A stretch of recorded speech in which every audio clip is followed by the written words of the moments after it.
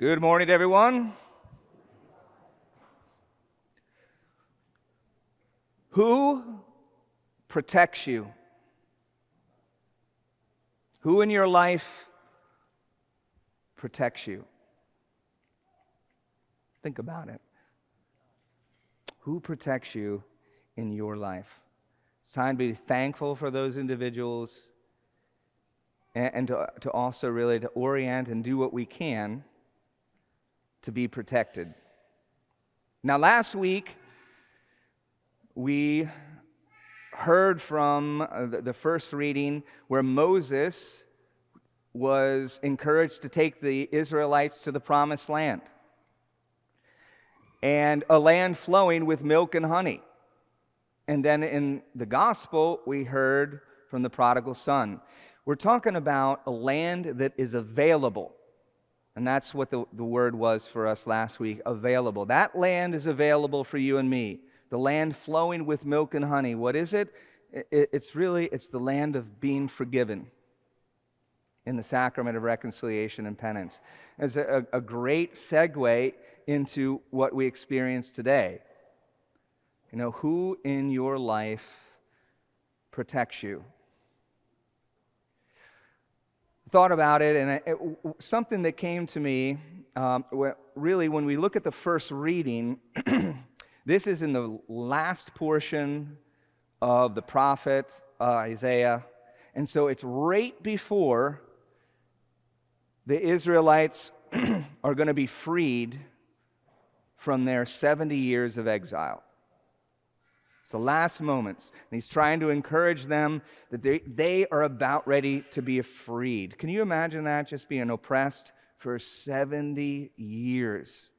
And now they're on the cusp of that yoke being lifted from them, and they're free to go home.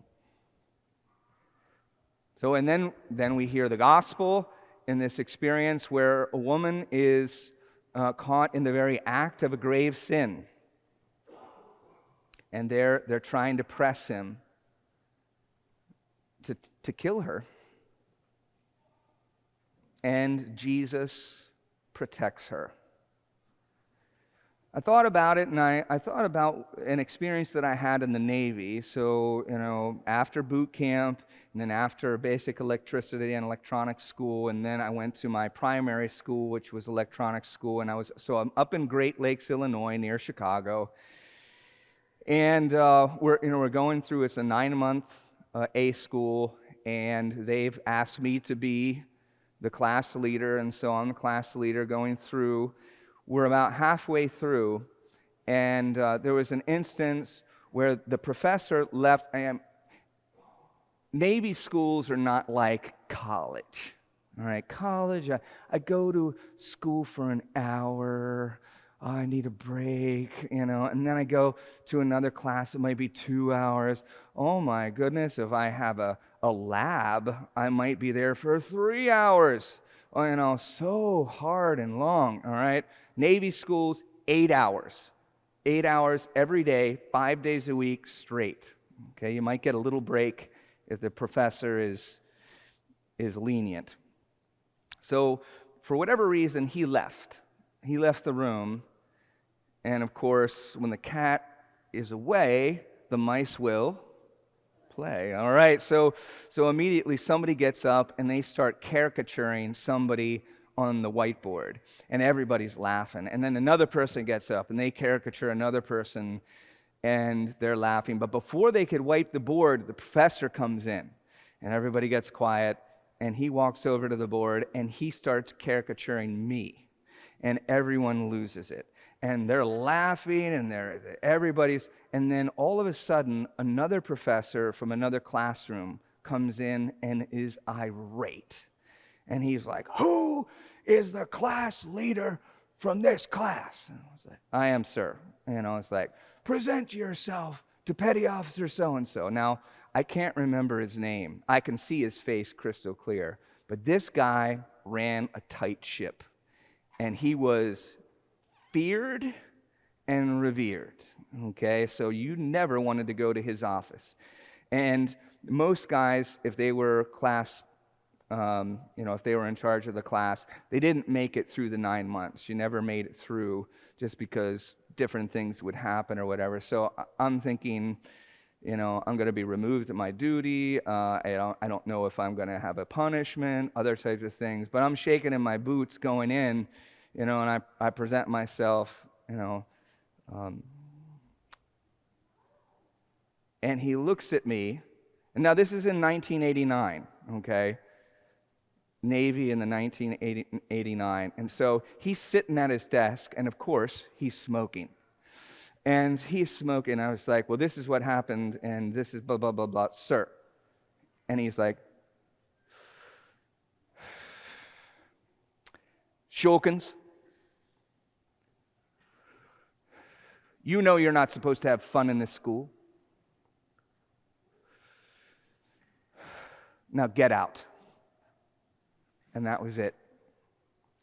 And I walked away, and I realized that he just protected me, that he was my advocate, that he realized the situation, and he was there.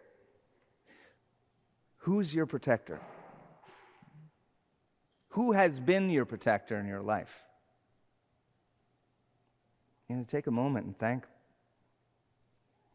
No, ultimately, and I heard it when somebody said, ultimately, yes, our protector is God. You know what? Last week we had a little bit of a scare.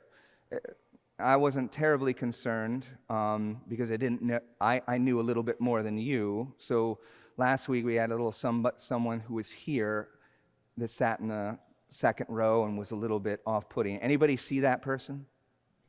Yeah. Okay.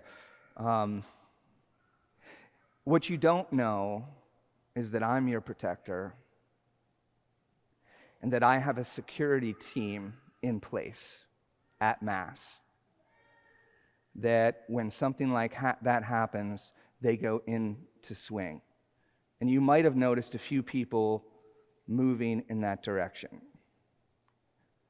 Okay, and that's part of what I need to do to make sure that you are always protected. So we do have a security team in place. And even though he wouldn't have gotten 2 feet close to our kids, but if he did get past them, he would not have gotten past me. I can guarantee you that. God is our protector. When that woman came, she was transparent before Jesus. And that's what God asks us to do in the sacrament of reconciliation and penance. He asks us to be honest with ourselves and honest with God. And when we do that, when we are transparent in the sacrament of reconciliation and penance, we experience exactly what that woman experienced. He gave her forgiveness. He says, who has anybody condemned you? Well, neither do I. Go, sin no more. Christ is our protector, our eternal protector.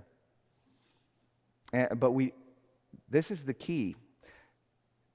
Forgiveness comes freely in Jesus Christ, but it doesn't come automatically. We have to confess our sins. And there's the invitation. Come before Him, be transparent, confess our sins, and we know that we have a protector in Jesus Christ.